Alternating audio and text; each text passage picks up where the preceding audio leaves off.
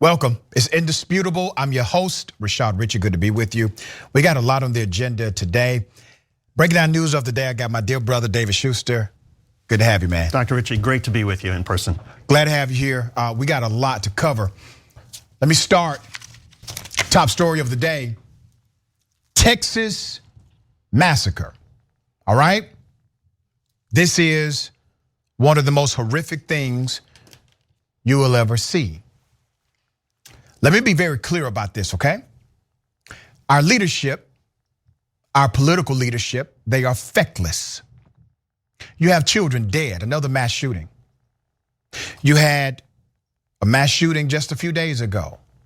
The killer wanted to kill black people in particular.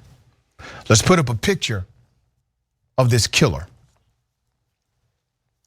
This killer killed 19 children, 2 teachers, in Uvalde, Texas.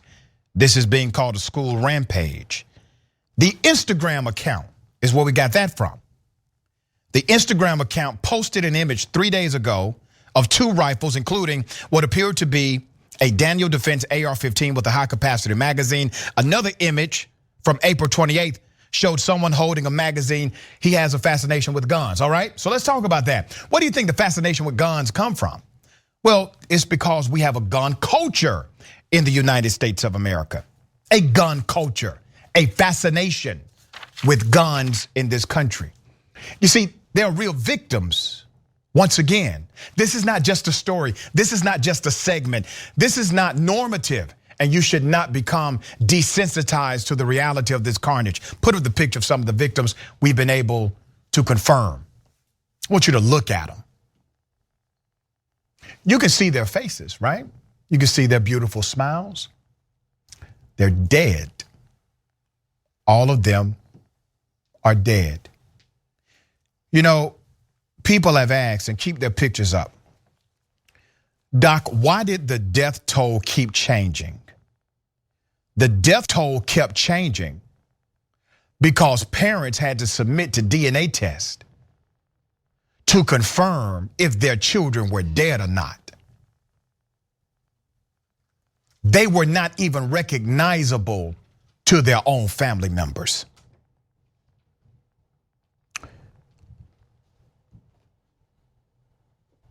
Republicans are saying, oh, this is not the time to politicize. Damn it, this is the time to politicize, because politicize means to be concerned with the affairs of your community, your government, and your country. That is the definition of political. We elect politicians to solve actual problems. That's the entire reason you have the job. Would anyone say to a plumber who has a broken pipe in front of him or her, this is not the time for you to start being a plumber? No, we elected you to be a problem solver. That's why you're here. That's why you have this job. Now let me go to Steve Kerr. Coach Kerr, he was supposed to talk about basketball, right? Here's what he said. I'm not going to talk about basketball. Nothing's happened with our team in the last 6 hours. We're going to start the same way tonight. Any basketball questions don't matter. Since we left shoot-around, 14 children were killed 400 miles from here, and a teacher. And in the last 10 days, we've had elderly black people killed in a supermarket in Buffalo. We've had Asian churchgoers killed in Southern California, and now we have children murdered at school. When are we going to do something? I'm tired. I'm so tired of getting up here and offering condolences to the devastated families that are out there. I'm so tired of I'm sorry. I'm tired of the moments of silence. Enough.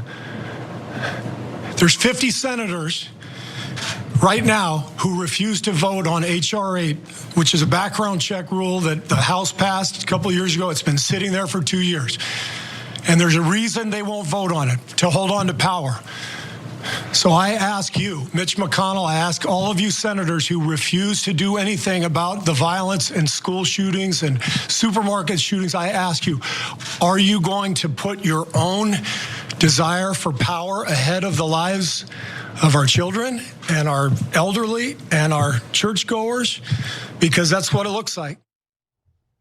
Coach Kerr had more to say. Here it is.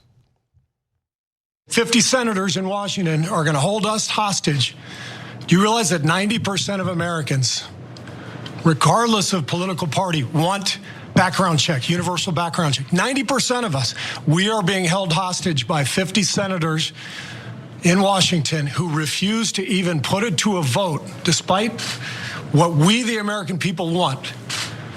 They won't vote on it because they want to hold on to their own power. It's pathetic. I've had enough. You see, Kerr broke with routine. You see, he was told, go there, say, we are devastated by this. We're going to have a moment of silence, and we're going to do this in the name of those victims. We're going to play basketball in the name of victims. No, he broke routine. That's leadership. Sometimes leadership has to break routine. You know who did not break routine? This guy. I'd hoped when I became president, I would not have to do this again. Another massacre. Uvalde, Texas. An elementary school. Beautiful, innocent, second, third, fourth graders. And how many scores of little children who witnessed what happened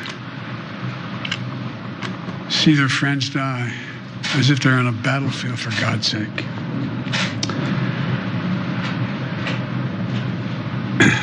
They'll live with it the rest of their lives. There's a lot we don't know yet. There's a lot we do know. The parents who will never see their child again. Routine. All right? Routine, right? Every president has a playbook they follow when things like this happen. Console the country. Talk about the victims. Express outrage. Here's the next step in the plan. Go to the location where it happened. Meet with some of the family members. Hold a press conference in the locality of the carnage. Go back to DC. Make a press release. Say that something needs to be done, and then blame it on the opposition party that nothing has been done. Routine. The guy who coaches basketball sounds like the president I would prefer to have in moments like this. Let me give you some more background. 18-year-old killer slaughtered 19 children and 2 teachers, according to the updated report from the AP. This was at a Texas elementary school. He barricaded himself inside of a single classroom and began shooting anyone that was in his way, authorities said Wednesday, in detailing the latest mass killing to rock the United States. Law enforcement officers eventually broke into the classroom and killed the gunman, who used an AR-style rifle. Police and others responded to Tuesday's attack, also went around breaking windows at the school to enable students and teachers to escape. The lieutenant of the Texas Department of Public Safety said on NBC's Today Show, Olivares told CNN that all of the victims were in the same 4th grade classroom, Robb Elementary. The killer barricaded himself by locking the door and just started shooting children and teachers that were inside that classroom. He said, it just shows you the complete evil of the shooter. Put up the picture of the children again. These beautiful,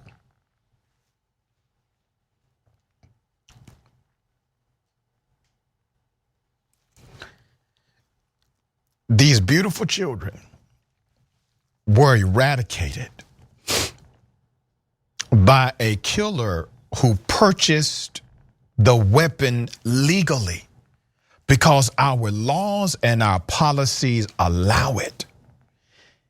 The killer can purchase an AR rifle before he can purchase a glass of beer. Delon Silva, whose nephew was in a nearby classroom, said students were watching a movie when a bullet shattered a window. Moments later, their teacher saw the armed assailant walking past the door. "Oh my God, he has a gun," the teacher shouted twice, according to Silva. The teacher did not even have time to lock the door. Investigators did not immediately disclose the motive, but identified the assailant as Salvador Ramos, a resident of the community about 85 miles west of San Antonio. Ramos had hinted on social media that an attack could be coming, suggesting that kids should watch out, according to State Senator Roland Gutierrez, who said he had been briefed by state police. Ramos legally bought and brought 2 AR-style rifles just days before the attack, soon after his 18th birthday. One of the guns he purchased was a federally licensed at a federally licensed dealer on May 17th. That's according to the senator. Ramos bought 375 rounds of ammunition the next day and then purchased the second rifle on May 20th. On that day, an Instagram account appearing to belong to the killer shared a photo of 2 AR-style rifles. Earlier, law enforcement officials said one Border Patrol agent who was working nearby when the shooting began rushed into the school without waiting for backup and shot and killed the gunman.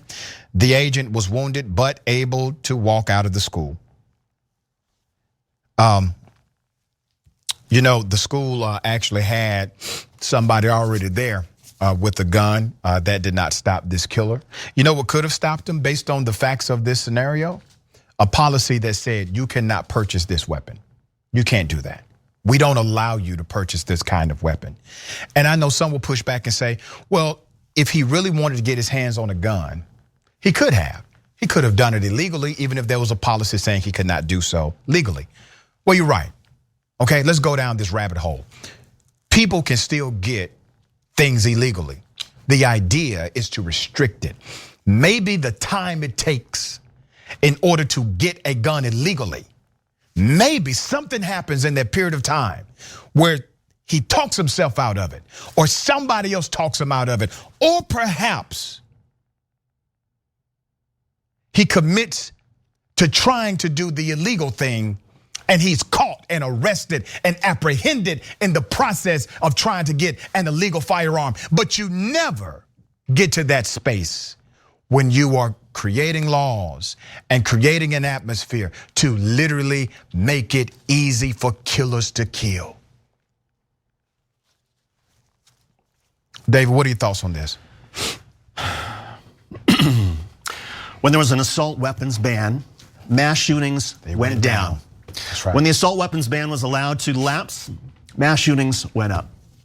10 years ago, I was working at Current TV with the Young Turks, and I had to go to Newtown, Connecticut to cover the Sandy Hook massacre. That was 10 years ago. It was the absolute worst story of my life. Yeah. And we didn't even get close. We didn't even get close to the parents, get close to the carnage, but just being there was the absolute worst. Since then, I now have 2 kids. Yeah. I have a 3rd grader, she's gonna be in 4th grade. I have a 5-year-old who's gonna be in kindergarten in the fall. We live 20 minutes from Newtown. We have to explain to our kids, why are there numbers on the windows of these classrooms? So the police know which classroom to go to when there's a report of a shooter? Why is there a police car outside of our school all the time? We have had to explain to our daughter what happened in Newtown. We now have to explain what happened in Texas. And we have to do so in a way that says, well, don't be frightened. Well, does this happen anyplace else in the world? Sure, there are people who have mental health issues around the world. There are people who have domestic violence, there's problems. But no, it doesn't happen around the rest of the world. It happens in the United States. Well, why, Daddy? Why does it happen in the United States? Yep. And as a parent, This isn't even the most challenging thing the parents are going through. The most challenging thing are those parents in Newtown, the parents in Parkland, the parents in Texas who now have to look at that bed where their child once slept and that's gone forever. This is what we have become in this country. It is shameful, it is despicable, and the fact of the matter is nothing is going to get done. Yeah.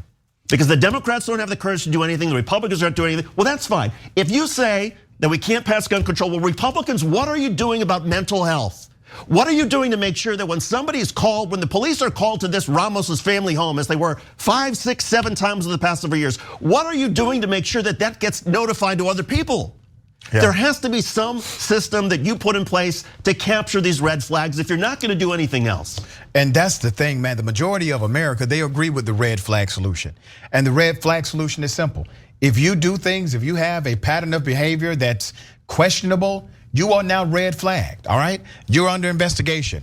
They can legally stop you from getting a weapon while that red flag is active. You have to do things to get away from the red flag, to get the red flag dismissed against you. Why? Because that can protect lives. That's it.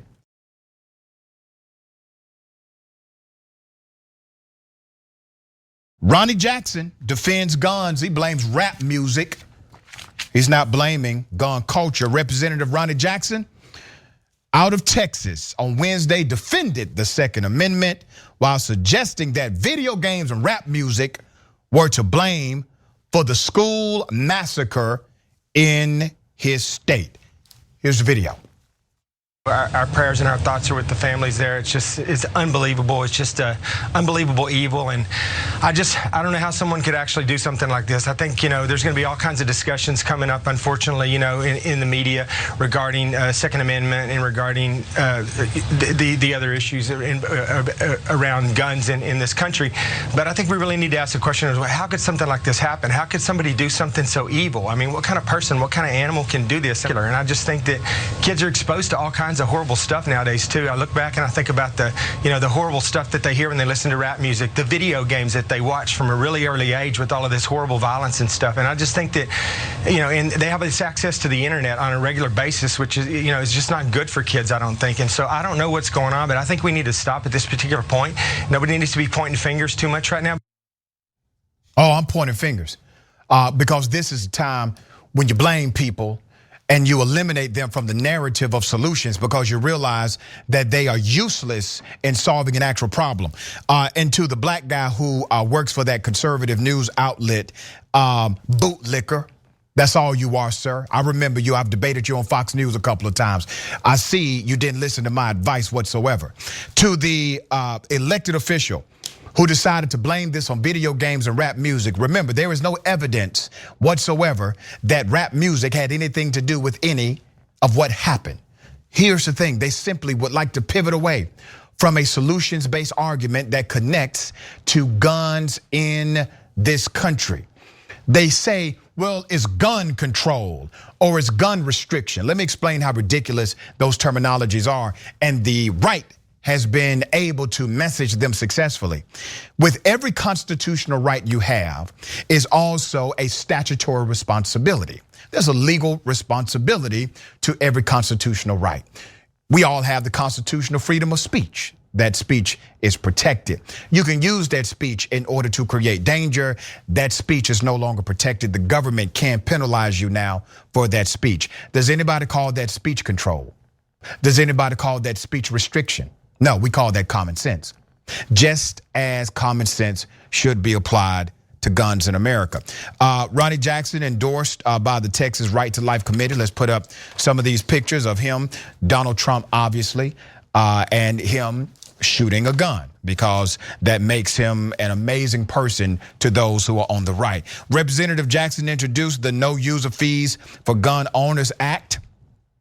This legislation would amend Title 18 of the United States Code and the National Firearms Act to ban any state or unit of local government from imposing any insurance requirement or any tax user fee or other similar charges as a condition of continued ownership of a firearm, pistol, or revolver.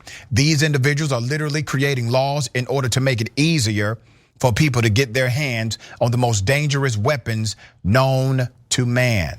All right, David, thoughts here? Well, the political argument from the right is that, well, if you allow people to restrict the sale of assault weapons, then they're going to come and get your guns. The federal marshals are going to come into your homes. They're going to take away your guns. That is a lie. But it is a lie we keep hearing repeatedly, that Republicans claim, oh, if we give even an inch now on the assault weapons ban, well, then they're coming for the second. This is not about the Second Amendment. Right. But that lie is going to be repeated over and over, particularly this weekend when the National Rifle Association has their conference in Houston. You're going to hear people say over and over, well, we can't afford to do any regulation, because if they do, then they're going to come and get your pistols next. That's a lie. Yeah, and you have to remember, man, 90% of Americans agree that universal background check should be a norm. Yeah. The majority of National Rifle Association members believe the same. That's based on 3 recent surveys that were done for their members. But it's the leadership of the NRA, is the leadership of the Republican Party. They think differently. And right now, we literally have a minority ruling class that controls all of these major policy decisions. These individuals are contrary to the normative thinking of most Americans. And we have to continue to fight for leaders who are willing to stand up to them.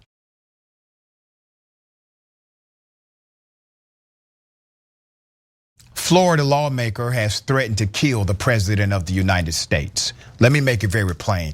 Put up the picture of the lawmaker. Okay? In the wake of the school shooting in Texas, okay, this Florida lawmaker has decided to threaten the life of current President Joe Biden if he should take action on guns. GOP Representative Randy Fine, state rep from District 53, southern portion of Brevard County, Florida, in response to the past school shooting, he advocated for increasing security in schools and teachers carrying guns in classes. So I'll get to that in a minute. Let's put up Randy's tweet. I have news for the embarrassment that claims to be our president.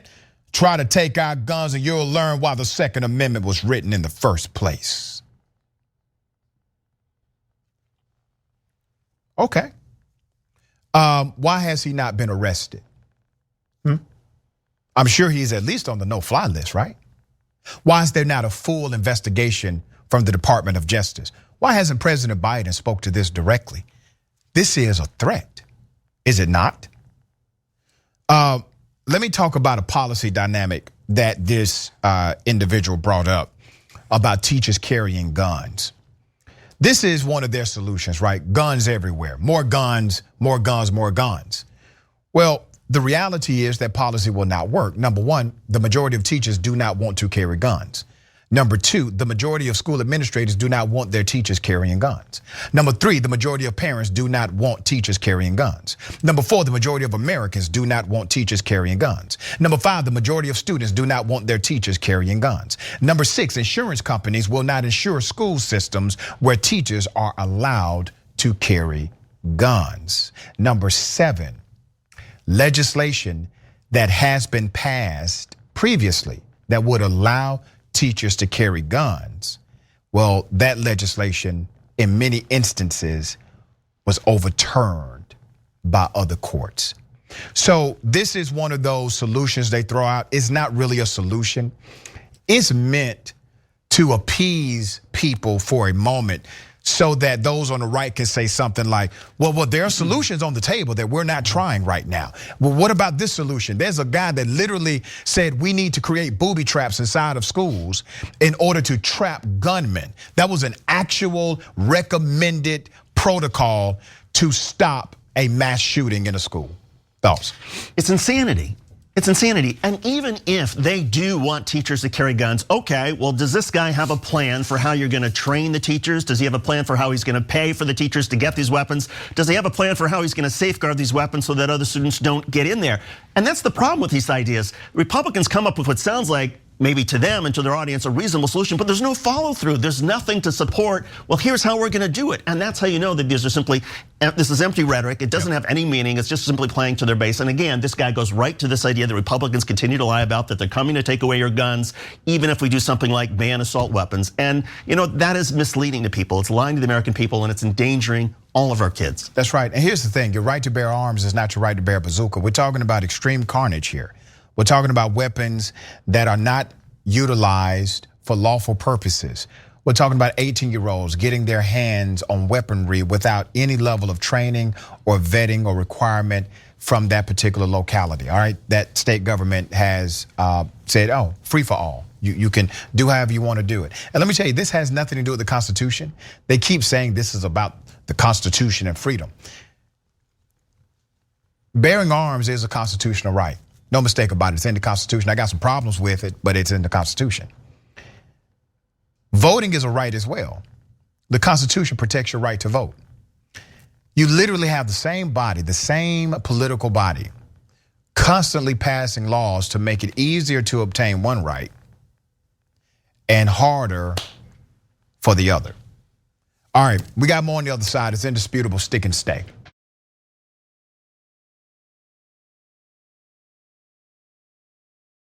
Ladies and gentlemen, I wish you Karen would. You want to call the police on them for having a barbecue on a Sunday. I feel free! Back off! I'm going to tell them there's an African-American man threatening my life. What's up? Last chance. Well, we're servicing about 25% of the community. Out of my neighborhood. It's 8:30 at night, and it's too late to be ringing doorbell. Hey, don't go home. Hey, don't touch me. Go! Don't touch me. Do not home touch or me. I will. You are. I will sue you. Go ahead. Okay. Get the. Hey, don't touch me. Hey, don't touch me. Hey, get out of here, dude. You cannot touch me. I'm calling them. You know who I am. Call them. Call anybody. I will call the Call cops. your reinforcements. Dude, you're crazy. Hey, you're crazy, man. Get out of my neighborhood. Who Hey, you work for? Get the off me. Tell me who you are. I'm Eco Shield, dude. Get off of me. Hey, Get out of here. hey, get off of me, dude. I'm out of here, Where's your dude. car? Huh? Where's your car? It's Get coming. in and go home. It's coming. This is for my own protection. Do not come back near my house. That is assault, Do sir. not come near my house. That is assault. I will assault you. Okay. That's nothing. Okay, that is a threat. Yeah. Okay. It is a threat. Then you're. Pops would have caught them hands. Here's the thing. The young man is doing a job. That's a difficult job. And listen, every single one of us, we have been approached by somebody knocking on the door saying, hey, are you interested in, right? Maybe you're busy. Maybe you're just not interested. Maybe you're offended that somebody knocked on your door. But have you ever done that? Followed them, harassed them, and then physically assaulted them? No, because you don't have Karenicity DNA inside of you, that's why. So this individual thought it was an appropriate idea to physically assault an individual who's simply working in that community. If he did not like it, he could have said something without the physical attack. And because of that physical attack, this male Karen has landed right here on Indisputable. All right, David, multiple crimes took place here, obviously. And I gotta say this, man, the guy who was recording, that's an employee of the month. Yeah. He stayed calm. Yeah.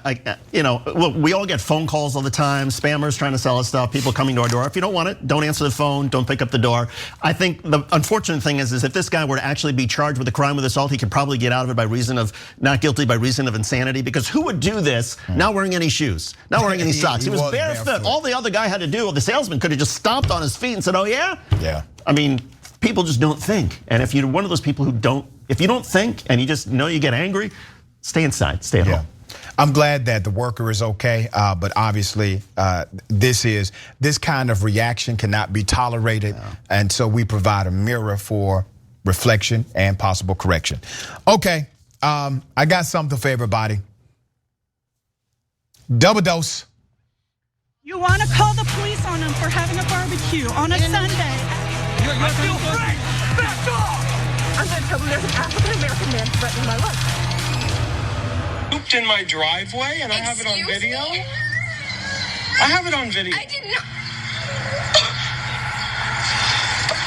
That's a crime, you know. I did not do that. Why would I do that? That house has security cameras on it, and I have it all on video.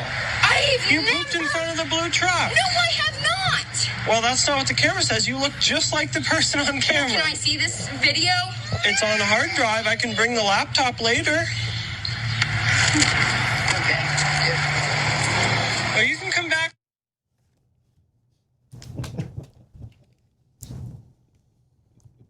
Ma'am, please don't tell me you defecated on this man's property, because I wanted to believe you at first. I said, obviously your neighbor is off his rocker here. But Madam Karen, can I call you Karen? When he offered to provide the evidence that you did this deed, you simply walked away. David. I mean, I almost have sort of no words. I mean, she could have said it was the dog. She could have said, okay, yeah, I did it. I was having a really bad day. I was really mad at you for the following reasons. Sir. And it still would have been wrong. wrong. I don't give a damn. Come on, David. It still would have been wrong. David. But at least, have you ever been that bad? She could have come clean, pardon the pun. And she could have said, yeah, of course, and just sort of go with it. Yeah, of course I pooped on your yard because you made me mad the other day. And then they can have an argument about what is appropriate responses to being angry. But for her to just sort of walk away, deny it, not accept any sort of responsibility when he's got the evidence. She knows she did it. She's got some serious mental health issues. Never mind whatever bowel issues that she has and desire to mark her territory. I disagree. I disagree, brother. I don't think she has any mental health issues. I think she's a nasty individual inside and out if she decided to do this. And she got caught because she didn't realize her neighbor had a camera. This is just, it's ridiculous. All right, so we got to do this. Anti-Karens unite. Screaming at employees at Walmart. Get out of here. That's racist. Yes, it is. No, it's not. The United States doesn't have an official language, jackass.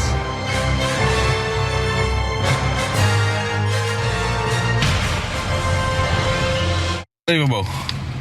Look, I have to come in that garage. If I ran into you, it would be your fault. Look, you have a lot of room. This is a no fire lane. You have a lot of room, lady.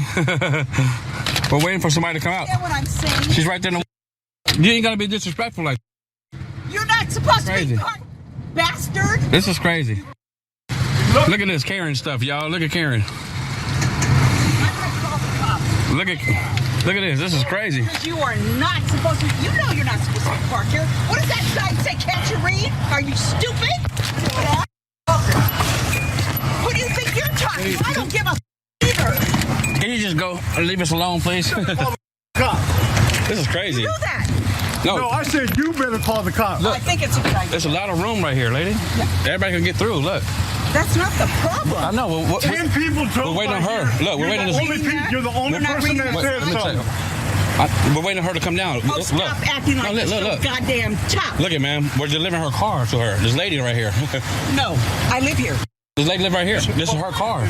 Upstairs right there. Oh, there's more. It gets worse. Here it is. Could you tell these people to move their cars? They're not supposed to be here. Thank you.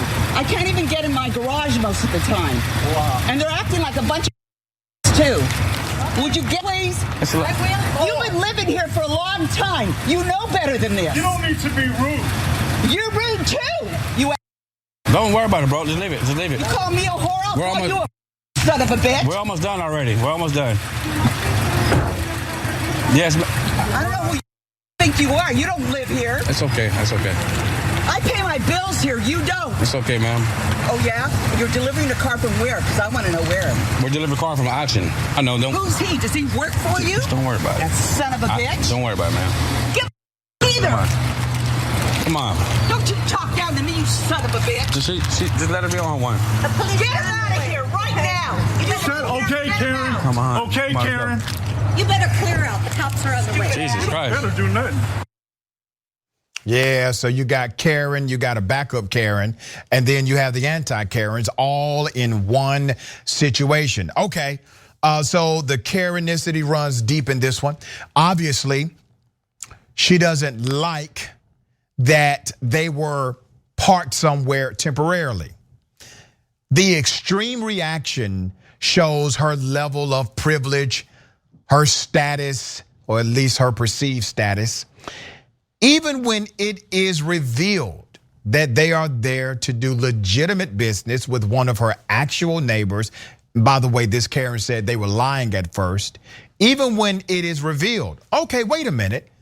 You're wrong, Karen. They are there for legitimate business. They are there servicing one of your neighbors. This is why I question the authenticity of some of these folks. As soon as she realized that she was wrong, she didn't say, you know what? I've just made a big deal out of nothing. I so apologize. We've had some issues in the area. I was a little hypersensitive. Please accept my apology. Nothing like that. What does she do? She starts to curse out the neighbor. She starts to double down on the individuals who are simply working. And that's why she deserves a spot on Indisputable. I'm just glad Marjorie Taylor Greene was there to help her. The woman with the blonde hair walked up and sort of joined Karen, showed her some camaraderie. We now live in a world where it would be wise for everybody, people who have a temper, people who have Karenicity, to recognize there's a better chance than not now you will always be on camera. And even if you're not a nice person, even if you're somebody who misbehaves, even if you're somebody who's quick to have a temper, I think most Americans, most people around the world don't want to look like an absolute embarrassment and have the internet do its thing to you. So at least put on an act, at least say, oh, you've got a camera rolling. Okay, I'm going to tone it down a little bit. I'm going to be a little bit nicer. Yeah. I'm sorry, I just was curious about your parking situation here. Can you please kindly move the car? And then go and kick the dog or whatever you need to do. Yeah, think about your grandchildren.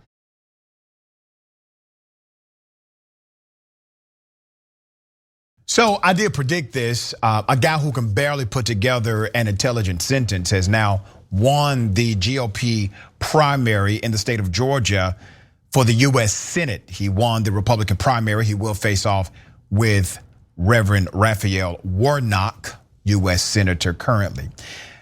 When approached about the mass shooting and gun violence in America, this is what the potential US Senator had to say. Hey, Bonnie Roger with CNN. I know. Are you supporting any new gun laws in the wake of this Texas shooting? Do what now? Do you support new gun laws in the wake of this Texas shooting? What I like to do is see it and everything and stuff. I like to see it and everything. A favorite New Jersey? Thank you. What I like to do is see it. I don't want to see it. What? Let me tell you what's really happening here. Herschel Walker has not received instructions on what to say. That's why he had no answer that was even appropriate to the question. Even if you disagree with the answer, typically a politician has an answer appropriate to the question. He couldn't even do that because he has not been given instruction. There's a reason why he won the Republican primary yesterday. I want you to be reminded of a few things out of the state of Georgia. Not only is he a Trump endorsed candidate, he's also a very popular sports figure. But those things alone did not secure this for him. Remember, Donald Trump also endorsed Perdue to win the gubernatorial primary. That didn't work. He endorsed Vernon Jones into Congress. That didn't work. So it's not just the endorsement of Trump or the popularity of his name. It's also the reality that everyone who voted for him in Georgia, they know good and damn well he will simply be a surrogate for whatever the hell they tell him to do.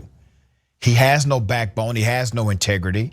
He has no independent volition whatsoever in the political space in particular. Walker, backed by former President Donald Trump, is one of the party's top fundraisers. I'm talking about in the whole country, as the GOP seeks to regain control of the upper chamber after losing both of Georgia's US Senate seats January 2021 runoffs.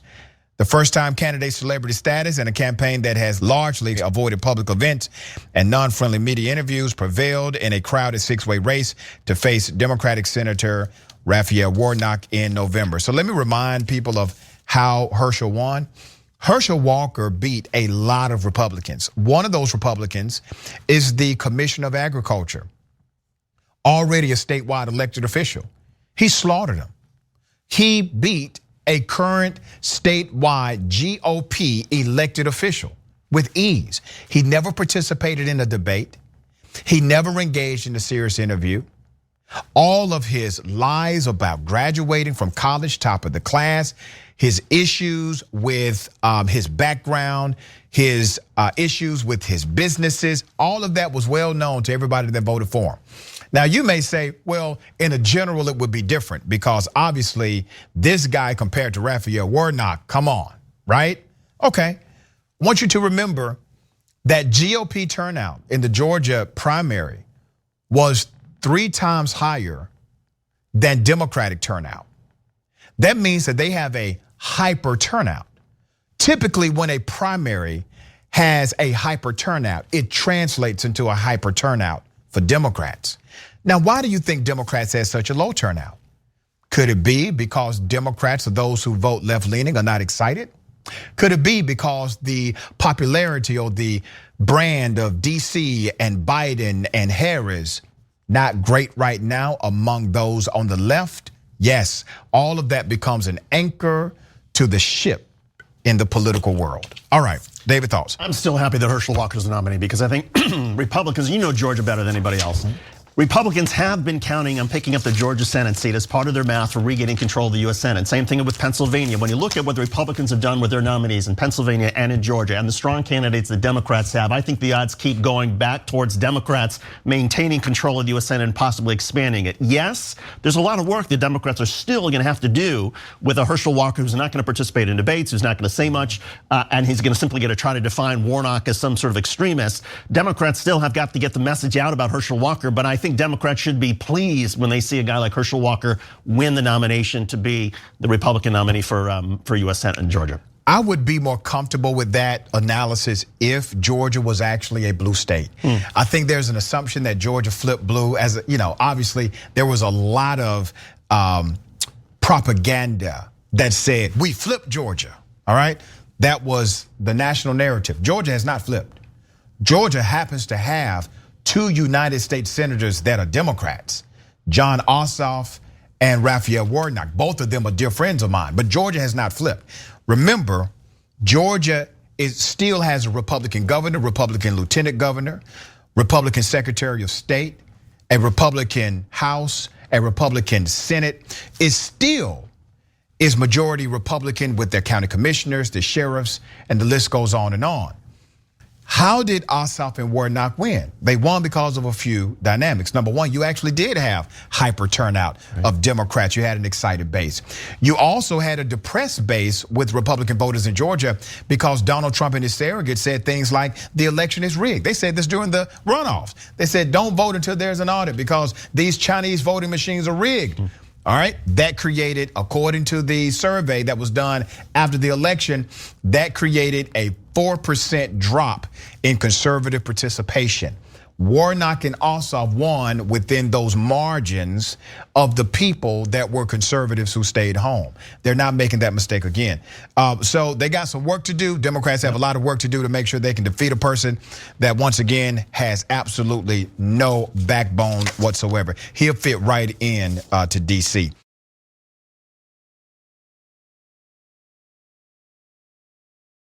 This week, the Justice Department, they are issuing a directive. What is the directive? To change existing rules about any law enforcement under the DOJ to intervene if they witness use of excessive force or mistreating people in custody. The directive was posted on their website Monday. Good for them. This rule actually only applies to federal police officers. Let me tell you why that's a nothing burger for me. The stories that we report on Indisputable, typically do not involve a federal police officer shooting an unarmed black person. Has it happened? Of course it has. We're trying to make sure that it's all encompassing, all right? Everybody, all cops have to rise to a new level a higher level of accountability and responsibility. This does not do that. Some call it a step in the right direction, all right? It's the policy of the Department of Justice to value and preserve human life, Garland wrote in the 4-page memo. Officers may use only the force that is objectively reasonable to effectively gain control of an incident while protecting the safety of the officer and others. Remember, this only applies to federal officers. It's the first time the Department of Justice, DOJ, has changed the use of force policy in 18 years. Officers must recognize and act upon the affirmative duty to intervene, to prevent or stop as appropriate any officer from engaging in excessive force or any other use of force that violates the Constitution, other federal laws, or department policies in or on the reasonable use of force. It will apply to who? U.S. Marshals, the FBI, Drug Enforcement Administration, the Federal Bureau of Prisons, and the Bureau of Alcohol, Tobacco, Firearms, and Explosives. The DOJ cannot make requirements to local law enforcement that would take an act of Congress to stop police violence. Let me help you out here. DOJ, President of the United States. You guys are great at telling us, give you more power, you can change things. Well, I did some research here. You actually can change things with the current power that you have. You can literally stop federal dollars from going to every police agency who decides to violate the rights of members in that community. You have the authority to do that today.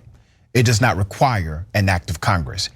Hell, it doesn't even require anyone to agree with your directive. Just like you created this directive about other law enforcement agencies in the federal government, you can create a directive for the budget and defund police agencies, local, city, county, and even state agencies that are adversarial and antithetical to the communities they serve. But you're unwilling to do that. You want us to believe you have no power. You have the power to change. That purse string is your power. Use it. Also, this is what's going to happen today on the 2nd anniversary of George Floyd's murder. President Biden is set to sign an executive order on police reform this afternoon. The order will include a new use of force requirements and create a new national law enforcement accountability database to keep track of misconduct claims and disciplinary records of officers, but only for federal officers. It also encourages local police departments to make similar changes and contribute to the database, but the order does not legally apply to them. Here's the other thing. Guess what? I did some more research here, Dave. They can make it, the federal government can make it a requirement in order to obtain the normative federal dollars that you benefit from, that your community may benefit from. You must voluntarily sign up for the database. That is a prerequisite. They can do that right now, they choose not to. Voluntarily. You know, my initial reaction to the DOJ memo was that it wasn't worth the paper that it was written on. Yeah. However, when you're talking about brutality, the Attorney General gave up the game here. He said, gain control of an incident. And that's the key, because that tells you police in the United States are trained to gain control. That's a problem, because there are a lot of ways you can gain control. It's not just through physical force. That's right. You can use de-escalation to calm down a situation to gain control. And if the Department of Justice is really concerned about police brutality, then they should be spending their money and resources on training these local police departments on how to de-escalate. It's not just escalate to take control. It's not just dominate people. It's not just use excessive force. No, there are other ways you can protect police. You can protect your citizens by calming everybody down. And until our police realizes that should be one of their institutional goals, we have a clear institutional problem in America with policing. Yeah, that's right. And here's the other thing. They want to keep saying that they have no jurisdictional authority over police officers. That's not true. The federal government has what's called concurrent jurisdiction, meaning many of the crimes committed, that state can prosecute. If the federal government really wanted you that bad, they can prosecute too. Yeah. Typically, you do not get the double whammy, but for some high-profile cases, you do. Police officers do not have a special protection in the US Constitution. Police officers do not have a special federal statutory protection. Literally, if a person can be prosecuted for a crime by the federal government, so can a cop. The only reason why that does not happen is because of culture, not policy. It's because of culture, not statute. It's because of culture, not constitution. All right, brother, always a pleasure having you on the program. Great being on with you, Dr. Richey. Thank you. Tell people how they can follow you, check out your great work. Rebel HQ on Facebook, Twitter. You go to the TYT webpage, we do videos just about every day, sometimes trending videos, viral videos, politics videos, Rebel HQ. On Twitter, you can follow me at David Shuster. Love to hear suggestions. If people want to provide tips and things that they want us to investigate, we'll take a look. Always great content. All right, remember, take care of yourself, take care of each other, take care of the planet. Remember, the truth is always indisputable.